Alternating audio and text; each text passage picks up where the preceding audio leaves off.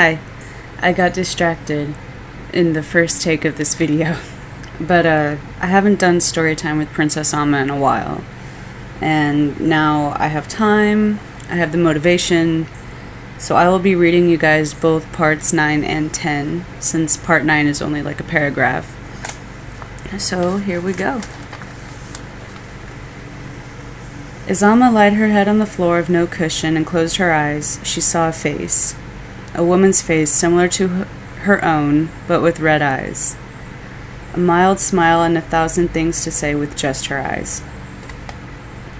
Amma opened her eyes and realized she had only seen the face with her mind's eye.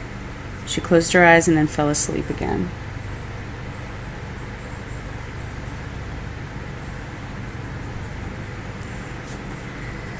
When morning came, Amma saddled up her horse and rode on into the mountains 300 miles away. She was very thirsty, hungry, and sore from riding the horse as she did. If she was tired, then she was sure that her horse was as well.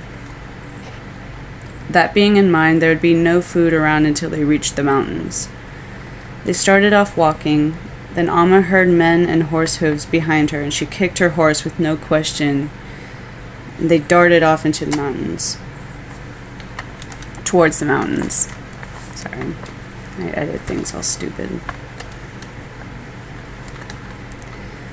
Amma glanced back to see how close they were behind her. When she looked back, she noticed that there was no man nor horse to be seen. Amma blinked and rubbed her eyes and widened them, trying to clear her bedtime vision. She pulled on the horse's reins and slowed her horse down. She looked back again to make sure there was absolutely no one following her. Then again, who in their right mind would follow anyone this far into the desert? They would dehydrate, especially if they didn't know where they were going. Amma took a deep breath and apologized for the abrupt start in the morning. Then they continued on to the mountains. Time flew by, 4 hours, then 6 hours shortly after. The day was losing light. A curious wind got more and more powerful. The sky tripled in darkness. No stars shone in the sky. Amma had a feeling a storm was coming. She had read about these thunder and lightning storms in other worlds. She had never experienced one before. As Amma was remembering a book of hers that she regrettably left behind, it was her favorite book.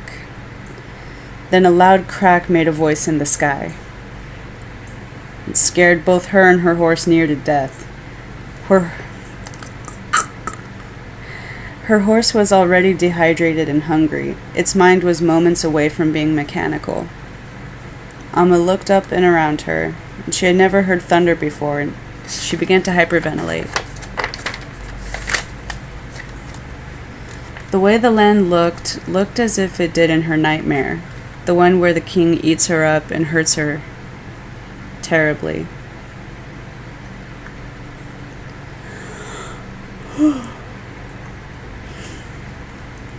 Amma kicked her horse with another "Hya! Come on, boy!"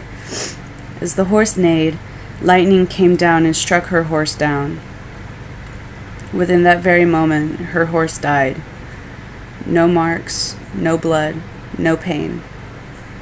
Amma sighed from sorrow and looked around her. Everything was black, and she didn't know where she was anymore. Her kingdom turned into a realm of black and thunder. I had to get to the mountains, Amma thought to herself. She closed her eyes and imagined the lightning becoming in her command. She opened her arms and took a deep breath in. As she had imagined it, it happened. The lightning bolt that would have killed her along with her horse was now entering her body, smoothly through her fingertips and her eyes. The blue and purple were taking over her veins. Amma shut her eyes tight and closed her palms. The lightning stopped as well as the thunder. The wind, however, was more powerful, blowing her hair every which way. Amma took a deep breath in and released the might of thunder, targeted towards finding her way out of the storm. When she released the lightning, though, she heard a scream of anguish and agony, a man roaring in pain. She She brought herself back down to her own mind and waited for what was coming next. Alma fell to her knees and watched the world around her change. She could only make out to keep herself breathing. She was so exhausted. It is to be expected if one is to contain powers of thunder and lightning. She looked up and saw an opening. There were stars, which meant that this fortress of storm was either the doing of the king or someone else who possessed magic. Alma remained seated. She closed her eyes, she took a deep breath in, and put her hands out in front of her with her palms facing upward. She imagined a blanket of clear peace coming from out of her palms. This blanket will be a cloak that will tame the storm, whomever created it. Alma felt her energy being drained from her. The blanket used what was left in her to settle the storm. A huge vast of clear overwhelmed the entire perimeter. If you were to be watching from the outside, there was a block of darkness and chaos. Then you began to see stars from random places in the pandemonium. Then a cloud-like appearance of the stars.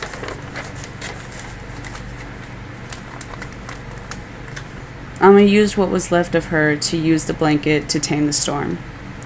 When the storm had ceased to be a nuisance to her, she took a deep breath in and fell completely into a deep sleep. She used her energy to save her life. She couldn't save her horses, but she could save herself. She was too tired to do anything, too gone to realize what happened, too wasted to remember the mountain dwellers, that they contained magic of epic skills as well as she did and the king. I barely pushed through that. Okay, so that was parts 9 and 10, and hopefully, if my schedule is alright, next week I could do part 11. Or parts 11 and 12, depending on how long they are. You know, I'm further in the story than I'm reading, you know, making videos, so I don't really remember. But hopefully I'll be able to keep this, going again. Okay, that was story time with Princess Alma.